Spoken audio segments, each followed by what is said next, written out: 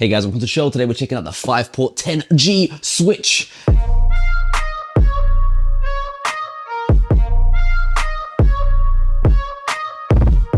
Now this guy splits up your 10G cables. So rather than running a million of these cables through your walls to your main router, you can just run one cable and have it split into 4 different connections. And these connections can be shared all together. Now this device, what I love about it is there's no fan. So it's got passive cooling. It's got a big fat heatsink. When you hold it, it's very, very weighty. And it just works. So I've got it in the corner right there between my Mac Studio and my MacBook Pro. And I tried running them both at the same time. It runs fast, it runs well. Before we start, I'm just gonna be doing a network speed test, just connecting over to my NAS. And we see we're getting around 550 megabytes writing and almost 1,000 megabytes a second reading. And that's going in via this is my Q proper heatsink 10G cable that we installed. We went through over here, straight to the roof, all the way down, through here and out of this pipe here. We did a video about it before. So the speeds we're currently getting is just under 1,000 megabytes a second. So let's see how it changes once we install the device. We got it plugged in right there. I've even plugged in my other 2 systems inside it.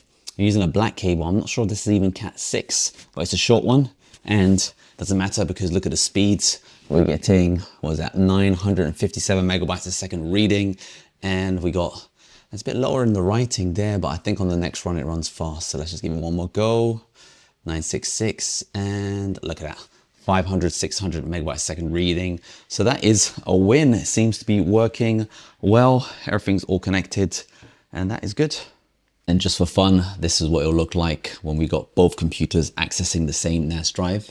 So we're taking 300, 300, and reading, it's gone down to 500 and 800. So it's still doing pretty well, even though they're both hammering my NAS at the same time. We're still getting 900 there. It really depends on if you're reading and writing, and that's with MacBook Pro and the Mac Studio, both competing for resources on my NAS. As you see, it's gone a bit struggling there when they're both trying to write. One went all the way down to 100, 200. But while writing is happening, reading went really fast.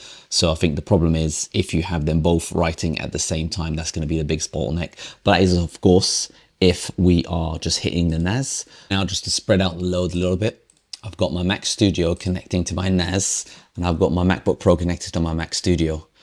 So we're writing 500, so we're writing around 400 to my NAS and 700 to my Mac Studio. So they add them together, it's just over 1,000 megabytes a second on the write, and reading, we're getting 700 and 700. So that's pretty fast. They're communicating really well together. Great thing about it is while this guy's getting rammed, it's slightly warm, not hot, I wouldn't say whatsoever, just slightly warm. That means it's on, and it's silent. So we've got a lot of, it's perfect. I gotta say, it runs really, really well. It's a silent operation, plug and play, metal casing, big heatsink, and it's got a long warranty.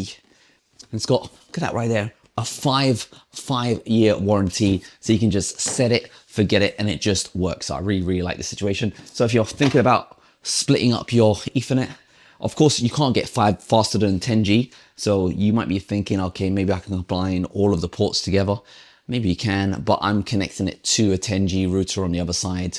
So yeah, it's not gonna get faster. And of course, if you are hammering one device that's on your main line, it's gonna have to separate that out into the 5 different lines at the same time. But it still runs fast, and I was hammering it and I did lots of tests with it and it seemed to run well. So I really like this situation. So this is the TP-Link 5-port 10G multi-gigabit Ethernet. It's perfect if you want to hook up devices like this guy to laptops and all that kind of stuff. It is, oh, it's weighty. It's nice and weighty. That's good. It's solid inside. Probably got a big, massive heatsink to dissipate the heat. Looks good. Smells straight out the factory. Been sprayed to get rid of all of the bad bacteria. Yeah, pretty simple device. You do have mounting options around the back here. And yeah, 5 ports. So 1 would go straight into your hub and 4 ports for your computers. And remember, make sure you use Cat 6 cable at the very least. So otherwise your speed will slow down and degrade.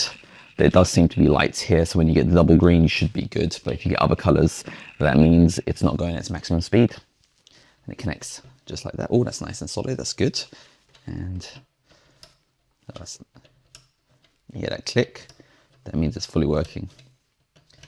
Had some devices where you plug it in and it gets stuck. And these are also business grade devices that have done that. So it's always good to check to make sure you can have a nice experience. What multi-gigabit 10G switches are you guys using out there in the world? I think this is really the only one to consider because it's fanless. There is a bigger one, but it has a fan, very noisy. You have to keep it away from your system, but this one just works. And it's running away right there. Completely happy. All the lights are flickering. This guy's hammering it. This guy's hammering it as well. Everyone's hammering it and it just works well. All right, let me know what switches you guys are using out there in the world. Hope you guys found this video useful and enjoyed the show.